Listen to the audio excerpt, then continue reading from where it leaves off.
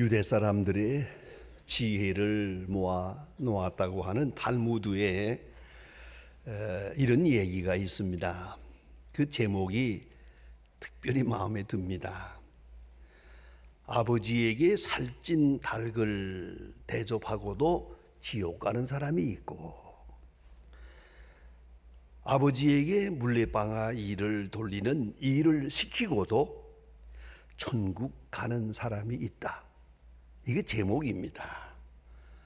여러분, 아버지에게 맛있는 닭을 대접하고도 지옥 가고요, 아버지에게 물레방아 일을 시켰어요. 그리고도 천국에 가는 사람이 있더라. 그 사연은 이렇습니다. 어떤 날 아들이 아버지에게 아주 실한 맛있는 닭을 잘 잡아서 대접을 했습니다. 아버지가 맛있게 잡수시면서 야, 이 닭 어디서 났냐 하고 물었습니다. 아들이 하는 말입니다.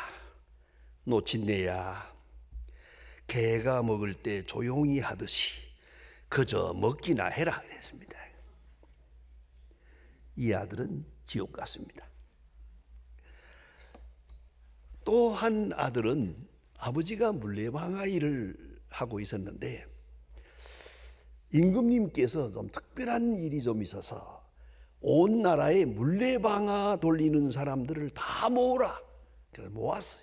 그래서 그들과 함께 뭔가 작품을 하나 만들려고 그렇게 작업을 했습니다. 그래서 노력 동원을 시켰습니다. 그런데 이제 아버지가 여기 가야 되는데 아들이 생각했습니다.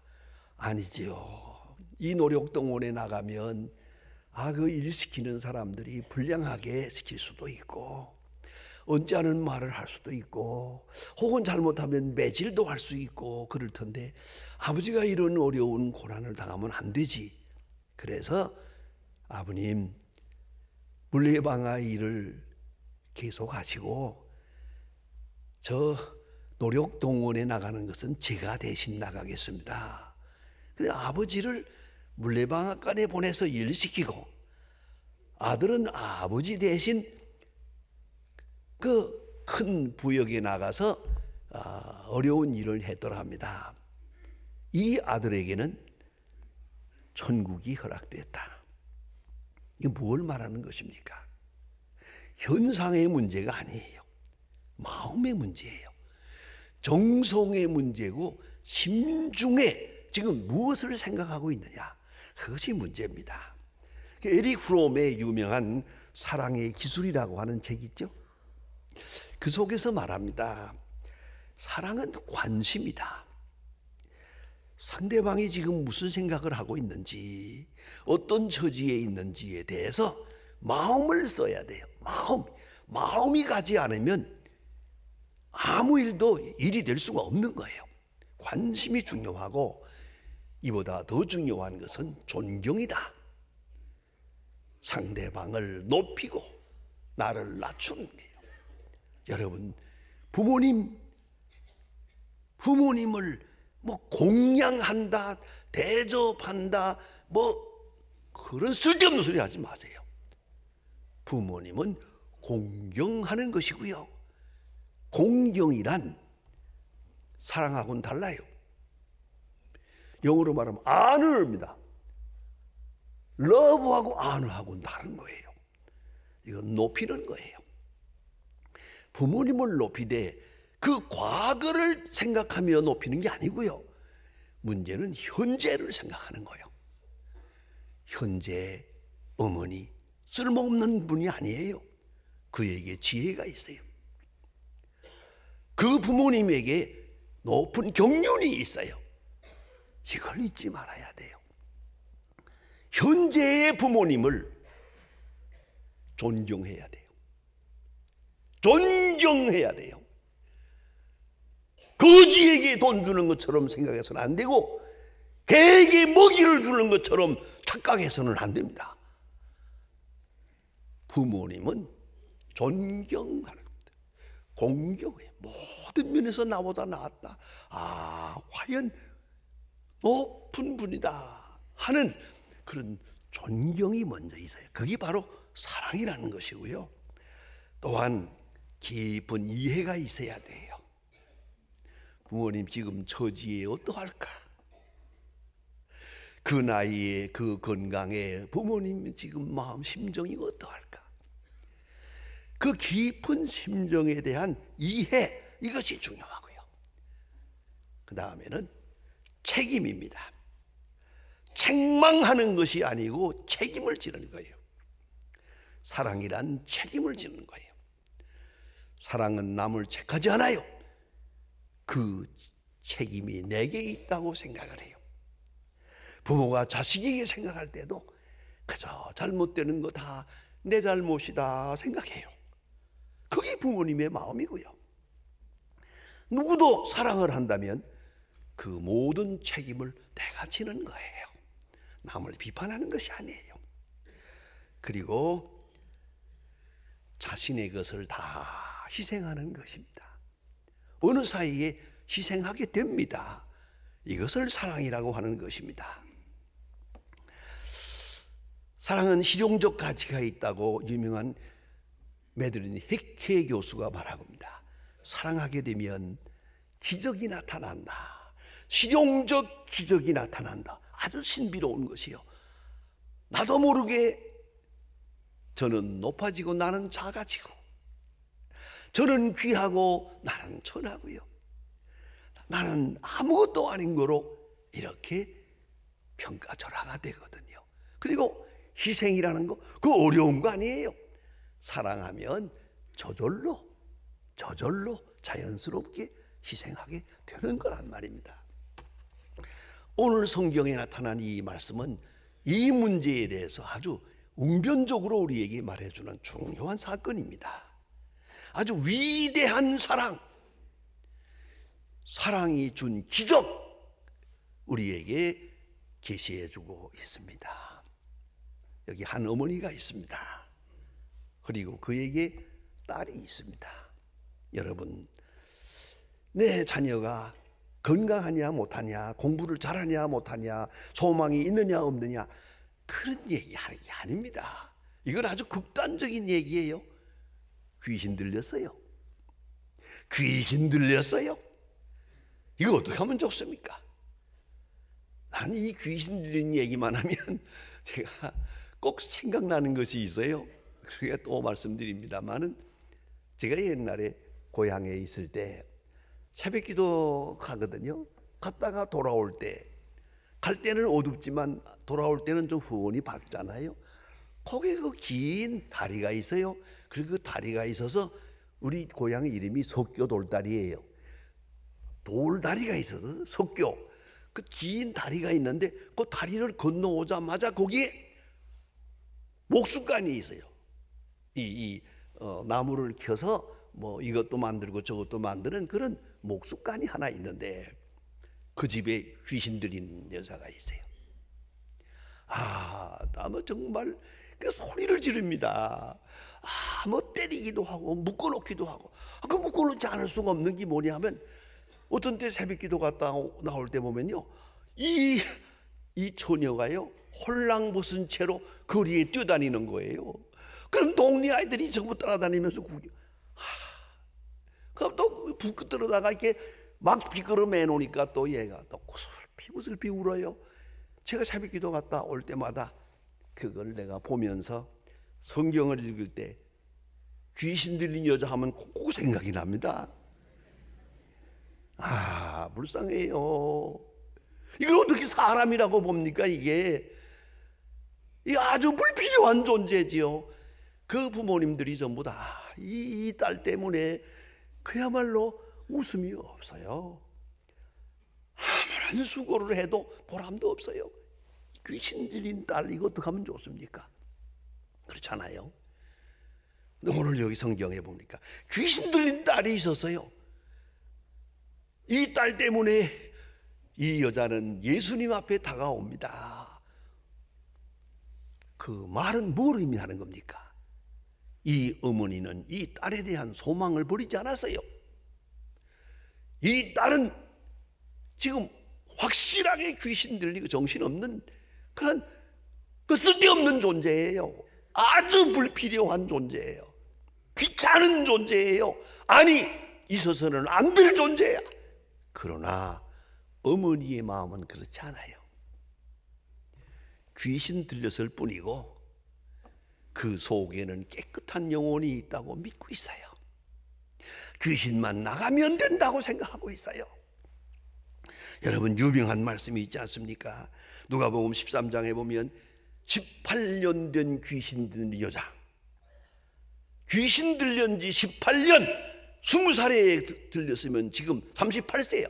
인생을 이렇게 보냈어요. 게다가 허리도 꼬부라져서 꼽추라고 그랬어요. 육체로 보나 정신으로 보나 완전히 폐물이요. 이런 여자가 있었어요. 18년 귀신 들린 이런 여자, 예수님께서 딱 보시고 말씀하십니다. 저도 아브라함의 딸이라고.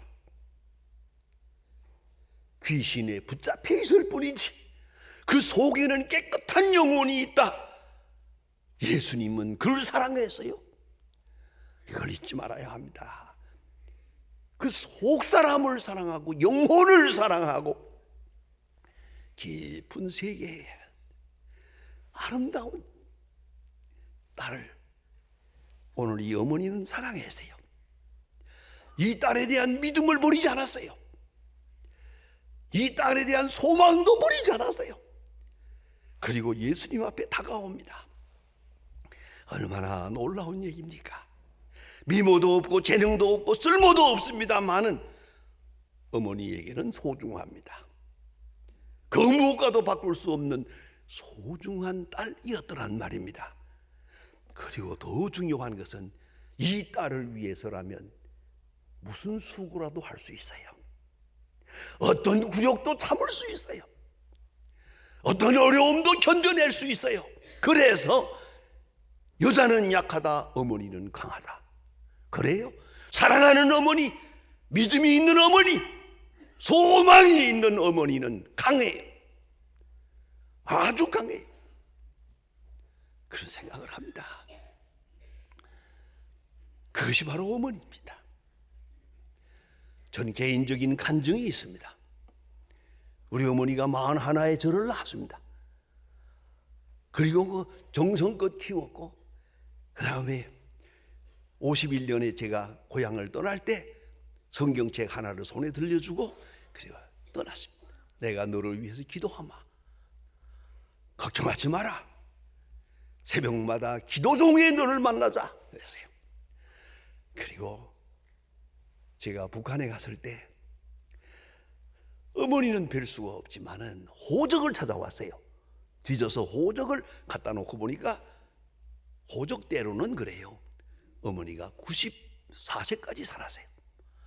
아, 이 열악한 환경에서 어머니 왜 이렇게 오래 살았습니까? 제가 그렇게 부르짖었습니다. 어머니는 귀에 내게 들려옵니다.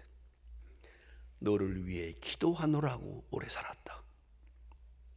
기도하는 어머니는 낙심하지 않습니다. 기도하는 어머니는 94세까지 삽니다. 이 모든 역경을 다 이길 수가 있거든요. 기도하는 어머니 위대한 것입니다. 자, 근데 이 성경에 나타난 이 어머니, 귀신 들린 딸을 놓고도 그를 위해서라면 무슨 희생을 못하랴. 예수님 앞에 왔습니다. 내 딸을 불쌍히 여기소서. 아니요, 나를 불쌍히 여기소서. 귀신 들린 딸을 가진 나를 불쌍히 여기소서. 이렇게 울부짖고 있습니다마는 예수님께서 잠깐 시험을 건 것 같습니다. 첫째는 대답하지 않습니다. 첫 마디 대답하지 않았습니다. 그러나 계속 부르짖었습니다. 다음엔 제자들이 방해했습니다. 시끄럽습니다. 이 여자를 보내소서. 이 여자가 아주 이 분위기를 망칩니다. 일어나 이 여자는 뒤로 물러서지 않았습니다. 그리고 예수님께서 모처럼 말씀하시는데 나는 이스라엘의 잃어버린 자에게로 왔고, 그 말은 너 가나안 여자, 이방 여자, 너하고는 나와 관계가 없다, 그런 말씀이에요. 그러나 이 여자는 끝까지 부르짖습니다. 나를 불쌍히 여기소서. 귀신 들린 딸을 가진 나를 불쌍히 여기소서. 그럴 때 예수님께서 마지막으로 시험을 걸었습니다. 자녀의 떡을 취하여 개에게 줄 수 없다. 여기는 중요한 해석이 필요합니다. 원래 이스라엘 사람들은 이방 사람들을 개 취급했습니다. 도덕적으로 너무 문란하기 때문에. 가나안 여자들은 더욱더욱 문란해서 이거 사람 취급을 안 했어요. 그래서 그 별명이 개입니다. 모든 유대 사람들이 가나안 사람들을 개 취급하는데 예수님도 똑같은 말씀을 하시는 거예요. 자녀의 떡을 취하여 개에게 줄 수 없다. 감당하기 어려운 시험입니다만은 여기 우리 마음을 뜨겁게 하는 감동되는 말씀이 있어요. 주여 옳습니다 그래서요, 아니라고 하지 않았어요. 주여 옳습니다, 나는 개입니다. 그러나 개도 주인의 상에서 떨어지는 부스러기를 먹어야 합니다. 개도 주인의 개입니다. 예수님이 감동되세요. 예수님이 감동 먹었어요. 그리고 하시는 말씀이 네 믿음이 크다. 메가스 피스티스, 요새 말로 말하면 메가톤급이다. 이 믿음이 메가톤급, 큰 믿음이다, 위대한 믿음이다 칭찬하고 네 소원대로 되리라. 여기서 아이가 깨끗해집니다. 여러분, 이 여자가 자기를 위해서라면 이런 굴욕을 참았겠습니까? 자기가 병들어서 자기가 불편해서 예수님께 다가오는데 이런 시험을 걸었다면 병들은 대로 살다가 죽으면 될 거 아니에요. 이렇게 멸시하지 마세요. 가버리고 말 거예요. 그러나 어머니거든요. 어머니, 사랑하는 딸을 위해서라면 이건 문제가 안 돼요. 그래서 이 모든 굴욕을 참고 이 어려움을 견디고 이 시험을 이기고 심지어는 옳습니다, 부정하지 않았어요. 옳습니다, 개는 분명히 개입니다. 개 같은. 그러나 개도 주인의 상에서 떨어지는 부스러기를 먹습니다. 예수님께서 크게 감동하시고 위대한 믿음이다, 큰 믿음이라고 칭찬하십니다. 여러분, 옳습니다, 이것이 축복받은 자의 마음입니다. 내가 지금 어떤 처지에 있더라도 옳습니다, 나는 이것밖에는 받을 수 없는 사람입니다. 내가 받는 처우 옳습니다, 내가 받은 처지 불에 넘칩니다, 옳습니다.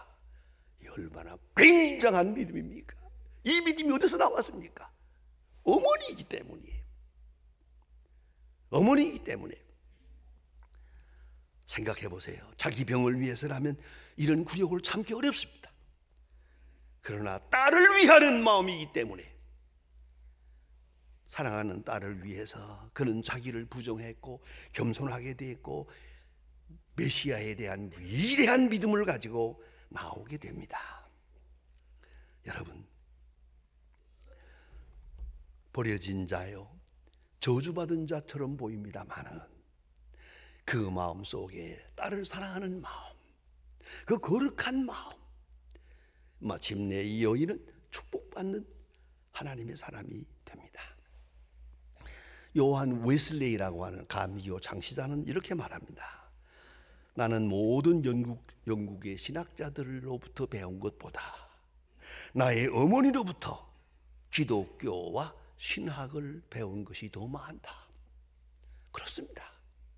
어머니로부터 배우는 것이 그 모든 것 중에 가장 위대한 신학이요, 성경이요, 지혜요, 능력인 것입니다.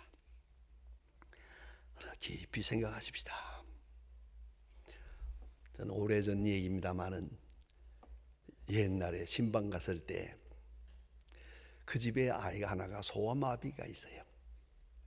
그것 때문에 아주 고민이 많고 저기 가서 훈련을 받고 이렇게 소아마비로서 건강하게 해보려고 노력을 했어요. 그때 갔을 때 많이 좋아졌다고 해서 이게 보조 다리를 붙이고서 일어서는데 일어서라고 하니까 얘가 일어섰어요. 뱅글뱅글 웃어요.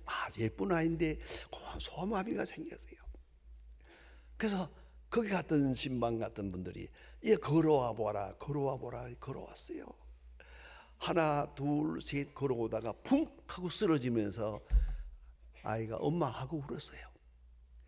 그때 보니까 어머니가 통곡을 하더라고요. 자, 소아마비로 아파서 쓰러지는 이 아이를 보면서 어머니의 마음은 찢어집니다. 그런데 오늘 성경에 나타난 이 여자, 귀신 들린 딸을 가지고도 낙심하지 않았어요. 예수께 나왔어. 마침내 내 소원대로 되리라 하는 이런 위대한 축복을 받게 됩니다. 여러분, 모든 일에 실수도 있고 부족함도 있겠지만 제발 어머니의 거룩한 마음을 배신하지 마세요. 이걸 꼭 잊지 말아야 합니다. 어머니의 거룩한 사랑을 이렇게 멸시하지 마세요. 최소한도 사랑의 배신은 없어야 합니다. 내 믿음이 크다. 내 소원대로 되리라. 이 위대한 믿음, 그 믿음에 응답이 있고 부응이 있는 거룩한 역사가 있어야 할 것입니다. 기도하십시다.